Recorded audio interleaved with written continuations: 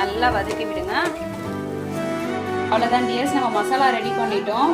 அதையும் நம்ம இதோட நல்லா ஆட் பண்ணிக்கலாம்.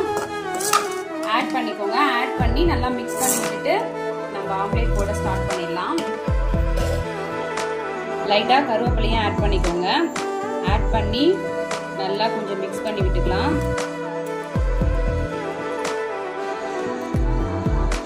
அவ்வளோதான் டியர்ஸ், நம்ம கலக்கி வச்ச மிக்சிங் எடுத்து நம்ம இப்போ ஆம்லேட் போட போகிறோம்.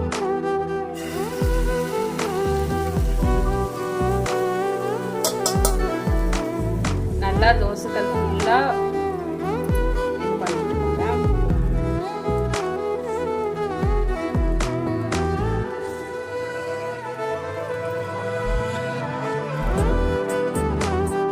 மிளகு பொடியும் தூவி விட்டுக்கோங்க. டியர்ஸ், உருளைக்கிழங்கு ஆம்லேட்டு நம்ம ரெடி பண்ணிட்டோம். பாருங்க, நல்லா வேக வச்சு எடுத்து வச்சிருக்கேன். நல்லா சூப்பரா அல்டிமேட்டா இருக்கு. நீங்களும் ட்ரை பண்ணி பாருங்க. எப்படி இருந்துச்சு?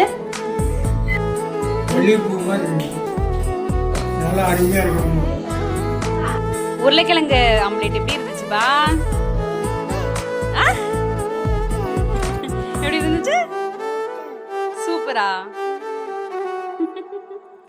சாப்பிட்டியா? ஓகே டியர்ஸ், சேனலை சப்ஸ்கிரைப் பண்ணி வச்சுக்கோங்க.